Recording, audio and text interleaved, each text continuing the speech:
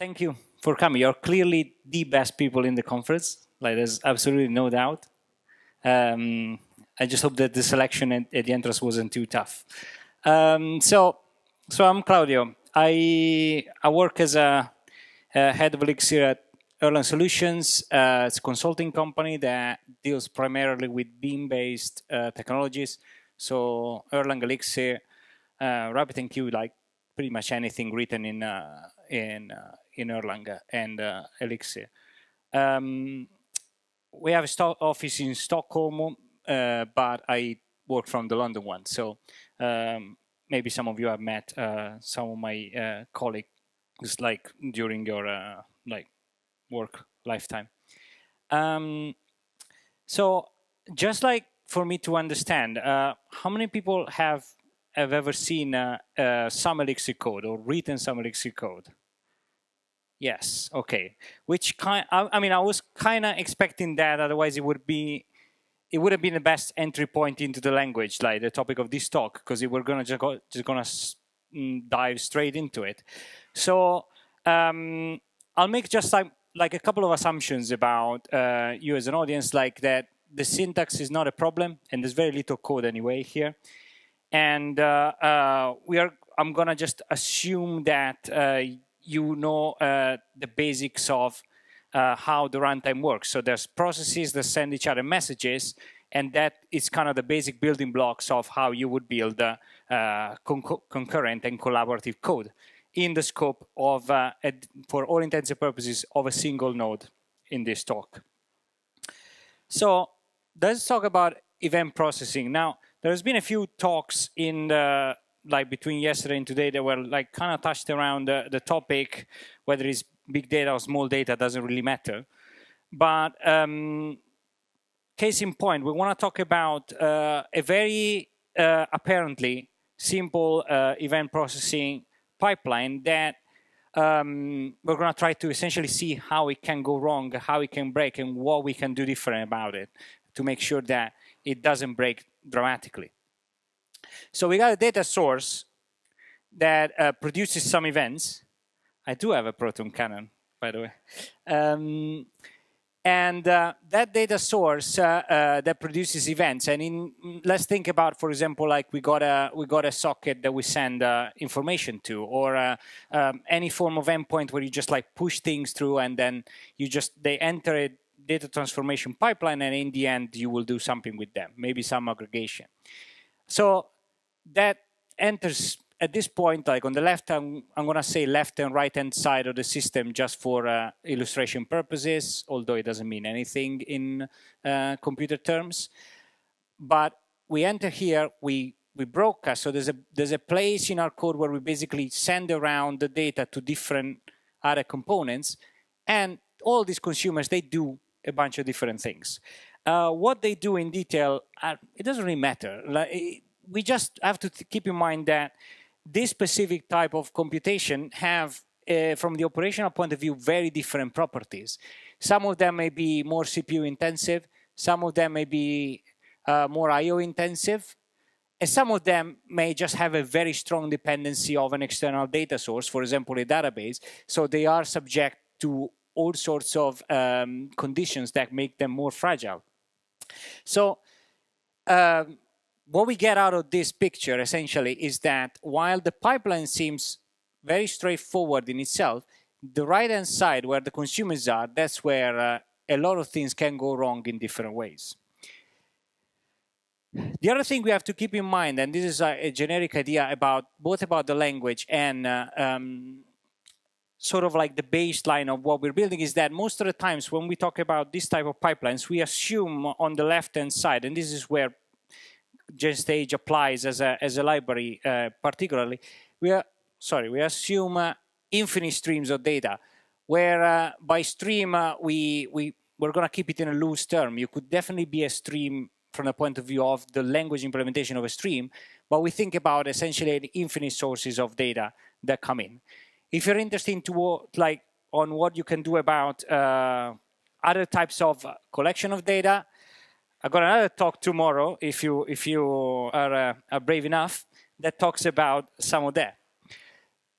So we're going to talk about the size of the data we're talking about. Even if we're talking about infinite kind of collections, we're talking about average size data, where it could go like something like few gigs of data, although for a processing pipeline like this, we probably need to focus on how much data gets ingested over a certain period of time as a measure. But in general, we're talking about things that can be handled by a single node. And the reason why we're focusing on that is because a lot of effort in terms of development effort is being made for data processing pipelines that span across multiple nodes for different reasons. Part of it is performance, part of it is resilience. We're going to stick to essentially application of an event processing pipeline that can be handled by one instance of the VM, so all inside the same machine for now, although nothing stops us from using other nodes, but it really works really well on a single machine. And we're going to optimize at this stage for a fast development cycle. Now, that doesn't mean that the code is not good for prod. It's definitely good for prod. But what we're getting out of this at this point is essentially the ability to control things and tweak them very fast in the beginning before you need to scale to a much more complex solution.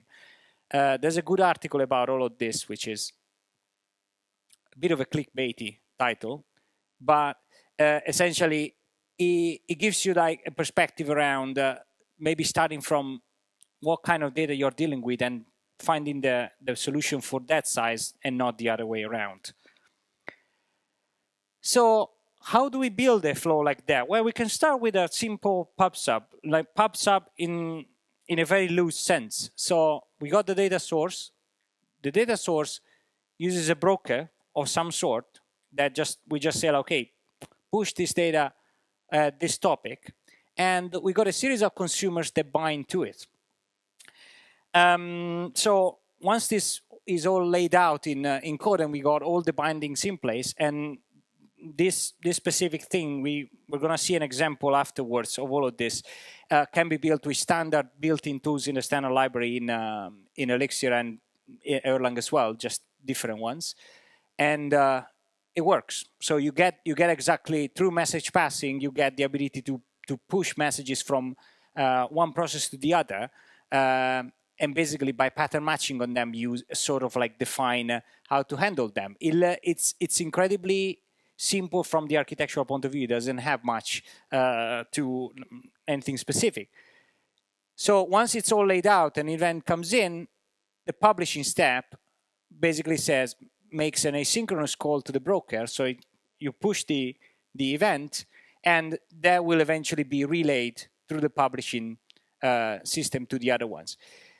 Specifically, we're talking about a broadcast simply because a single event gets sent identical, one copy per consumer. So we're not doing anything specific around routing this message in any other way, just sending a copy. Now, how does this work? Well, it works in practice and that thermometer represents kind of like what happens when we start to increasing the load on the system. So normally ingesting data, we're basically ingesting data as fast as we can. If we're working with a socket, like we can go as fast as the socket goes. Maybe there's a little bit of pre-processing here, but it doesn't tend to be most of the times a really big issue if we just like basically ingest and do some very basic normalization. So the limit at this point is how fast our network most of the times can go.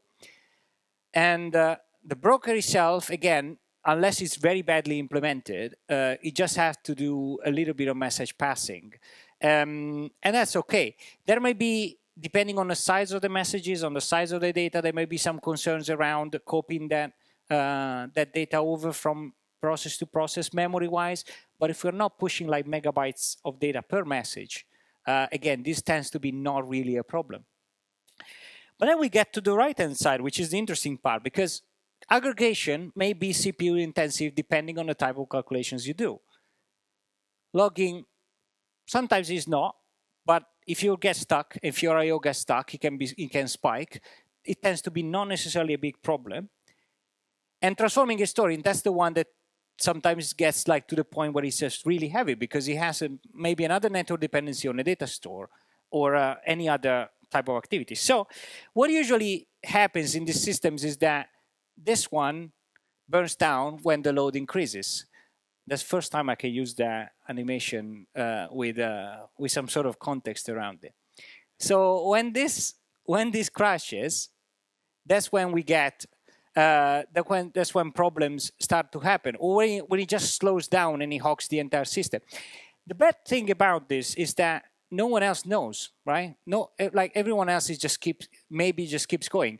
In the case of an Erlang or Elixir system, this is even more likely, because if this crashes or hogs, unless you're really stealing resources from the operating system, these things can go most of the times in parallel.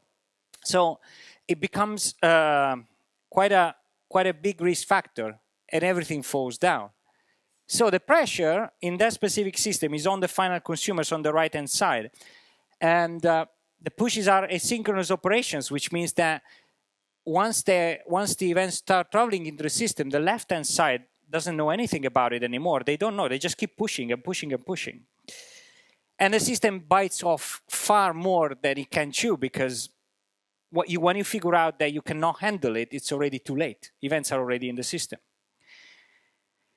The data source itself, which could be essentially, if we have these things coming from, for example, in the worst case scenario, directly end users, maybe they just keep using everything, and then everything works for them, but they keep generating load. And our client-side code, which could be a browser application that keeps posting event, is completely unaware of the problem. So it just keeps pushing them without, for example, maybe like waiting or like batching and retrying after a while. So we don't have, and this is a problem, we don't have a reduced performance or like reduced availability mode at the border of our system where the clients are, where they could potentially decide, okay, let me just wait for a bit and batch and then retry later. The most likely scenario is that we will potentially incur in some form of data loss. Now, how can we fix this? We can fix it by switching to a demand-driven system, and that's what GenStage is basically built upon as an idea. So the data source remains the same; it's there. We still have a sort of like a fan out broadcast kind of like piece component in our infrastructure. And we still define a subscription between these consumers. But then we start to shape the rest of the relationship slightly differently, because the only way that data can travel from the fan out in the middle and the right-hand side is by demand, which means that our system, once it's laid out, there's no data flow anywhere until we start accepting work on the right-hand side. So the consumer say, okay, give me 10 things to do if you have them. And once that happens, that demand travels upstream, and then finally the data source basically just starts processing the data, accepting data on the way in. So we put like a very strong barrier between ingestion and between data outside our system and the fact that it can travel, because that way we can actually process it. And then we follow the rest. So once the demand comes in, we handle the demand at that stage, and we handle the demand down the line. And notice that one important thing is that they don't have to be the same thing, because if we can consume 10, 10, 10 on this side, doesn't mean that we're going to demand only 10 here. We may demand a different value and buffer a bit here, possibly because maybe going from these two parts incurs some processing time. So we just basically ingest a little bit more than we can chew, just a little bit, to make sure that we always have something to do and we don't have idle times throughout the system.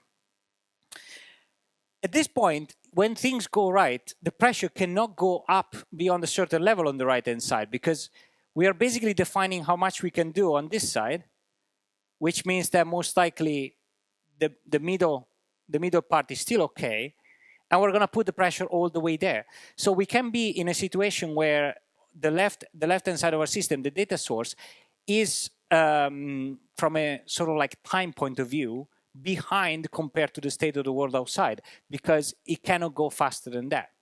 Now, the good thing about this is that when this becomes a problem, I couldn't resist. It was a bit unnecessary as well, because it doesn't have to crash. But when that happens, we have a specific point in our system that can become a metric that you use to inform the rest of the infrastructure. And that's the important part. We make the rest of our infrastructure aware of potential slowdowns at this side, but the slowdowns do not necessarily overlap with potentially a big problem inside here. It may just mean that we are under provisioning and we just need to increase the capacity here. But the rest of the system can adapt to it. So the improvements are that the final consumers do not receive data they can handle, and pushes become, and that's kind of like a caveat for this, we have to think about pushes of data throughout the system from left to right, that we have to make them synchronous operations in some key places. And the reason for that is that if we don't do that, we can't really solve the problem of accepting data at this stage, right? If we could just push asynchronously, we never know if this specific component is able to accept data. So acceptance is basically expressed by the ability of this component to respond to the left-hand side, to the producer, the ability to respond to a push and just say, okay, I can handle it. So we do some of that, which is a little bit of trade-off that may become something that we need to be aware about, but it allows us, because of that, to push the pressure back to the entry point. And the other thing is, because if we work in a concurrent environment like we do now, we can also reduce the idle times for intermediate steps, because we can do processing on one side and pool data on the other. So more in detail about GenStage. GenStage solves this problem by implementing a specification. If you have done, if you're familiar with OTP, it basically defines a series of callbacks and behaviors that you can use to implement essentially OTP compliant processes that you can put in your system. And all on top of this idea of implementing demand-driven approach with back pressure. It's a fairly low, not necessarily super low building block, but it can be used to build higher level abstractions, for example, Elixir flow, which again, that's a topic for tomorrow if you're interested. But in general, when you use GenStage, you're still laying out the pieces of your system like fairly manually. So let's jump to an example of this. Just so how we could apply this to a very, very, very practical thing that I think it could be used pretty much in many other use cases. So how many people here have ever used CouchDB? Okay, so irrespectively of your experience with CouchDB, there's a specific feature that Couch has that we can leverage at this point. So, and it's the changes feed. So CouchDB exposes an endpoint tied to a specific database name that you have that you can use to stream anything that happens in that database. So documents that gets created and modified or deleted and all of that. It does that by giving you the ability to basically tail it, given a sort of like a checkpoint, like a sequence number. So you can say, okay, start from the beginning of time for that database, or start from this specific sort of like a revision number. And at that point, what you can do is, given all that has happened in this database, stream it and do some work with it. So the example that we are using that we will see, and that's the example in the code that is available on GitHub, is that there's a specific endpoint that streams the Øredev schedule, which was like scraped from the website. We aggregate the talks by day, and we aggregate the talks by topic. And to do that, in the example, we're going to put very creative sleeps in the processing time to simulate a controllable but very slow processing. So given that each talk has this shape, we're going to do some aggregations on the topics. So we're going to see essentially how many, the example shows how many talks per topic and how many talks per day, 1, 2, 3, 4 days. So this is just a snapshot of the data that would be created. Now, it really is just an excuse to do, to have two different consumers. Now, the PUBSUB implementation for this, for this problem, basically, we have one process that listens to the changes for database, and the way it's implemented, it has basically, it pulls one line at a time, but it actively does that. So what it means is that when we have everything laid out, which is predictable, like broker and subscribers, it pulls one line, one change. If the publishing to the broker goes well, it pulls the subsequent one.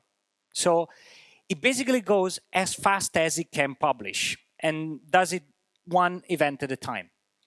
So in the architecture with PUBSUB, because we are effectively pushing things through from left to right without any concern for the subscriber speed, this happens to be a fairly fast operation on this side. Now, I hope that this shows up. Can you read numbers in the last row? Like, is this readable? That's a 0.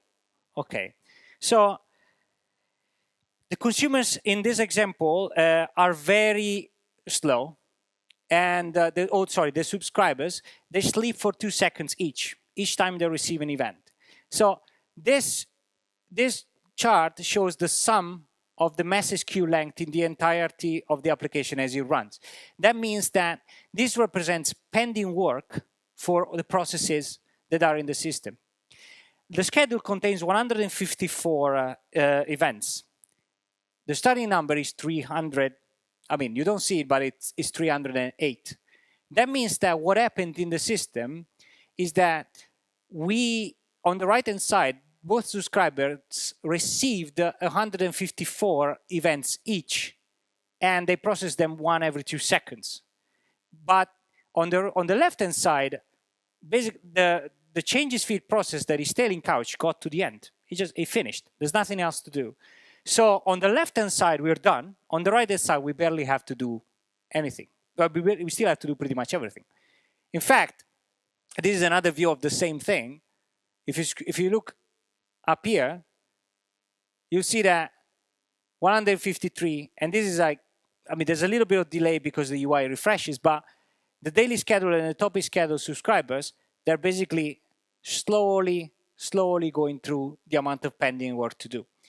There's no pending work anywhere else. These are completely other processes that do not have anything to do with our actual domain. They're just things that run in your VM as you do it. But there's like this specific pending work only shows that it's in the subscribers. So we got a very tangible measurement of how our system is affected by this design. So what can we infer out of this? Well, the feed pretty much gets ingested in one shot. And what this means is that most likely what's going to happen in a real production system is that we're going to be memory bound by this. Meaning we keep ingesting, and if we don't get to the end of the feed, we're just going to go as pretty much as long as we can until we run out of memory. And that's it seems like a big issue, but maybe just a way to crash and burn everything and restart. But ideally, you would want to avoid that.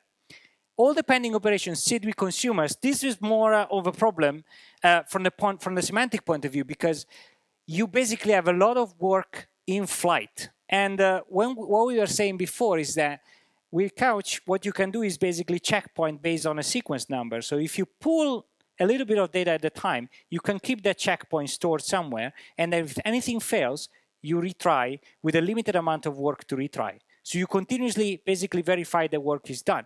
But in this case, you kind of have to maintain something more complicated because you may have hundreds of things to do. So it becomes more cumbersome. And you definitely, you can overload. Memory is just one thing. So how do we, let's look at the GenStage implementation for this. Like, we still start from the same process, and this process is going to publish in the same way through a producer. Like in GenStage terms, the broker is a broker would be implemented with a producer process with a broadcast dispatching logic. We still implement the subscription, and we have consumers and like any other ones, and they demand data to the producer, which in turn demands data to the changes feed. Now, until that happens, we're not going to stream. We're not going to start streaming. So until that happens, we're going to stay pretty much there blocked. Then when this happens and demand comes in, we handle, and handling is a synchronous operation, meaning that we are not going to pull in the subsequent line until this push to the producer, this handle call, gets through. And that means that if the producer says, give me 3 events, and then after that, we basically just stream 1, 2, and 3, and then it is not going to accept anything anymore. We moved our cursor forward only by 3, and we're still waiting. We're still going to be waiting on this side for the subsequent demand. And this is all determined by the speed that the consumers can process. So the end result is exactly the same from the point of view of we achieve in terms of aggregations, but the graph is completely different. And the graph is very predictable. Will go on pretty much drawing a castle for the next 2 minutes. Those numbers are not random. Those numbers represent a consequence of some settings that are set up for those consumers. So those consumers can consume a minimum of 3 events each and a maximum of 5. And GenStage is optimized to start pulling data once they reach 50% of their capacity. So in the first instance, we're gonna start pulling. It's gonna start to pull some data in, roughly 50%. So 4 plus 4, that gets to like 8 messages flying. Then 1 gets processed. So we go per consumer. So we go down to 6. And that tells the producer that they're willing to accept another 1 more. So another 1 will be pulled in and get into the message queue. And we're going to go like this pretty much until we reach the end of the CouchDB feed. Same thing here. If we look at the table, because they implement the callback, so they don't have you don't see the name their name here, but these are the two consumers, like 1 for the topic schedule and 1 for the daily schedule, and they keep shifting between 3 and 4, 3 and 4, and the important thing about this is that it's a controlled load on the system, and those numbers are really just influenced by what you can do. So from that point of view, the important thing is figuring out what's your capacity in terms of resources and tweak those numbers accordingly. At this point in time, the library does not give you anything built in to adjust that demand dynamically. You would kind of have to do that, bolt on that yourself.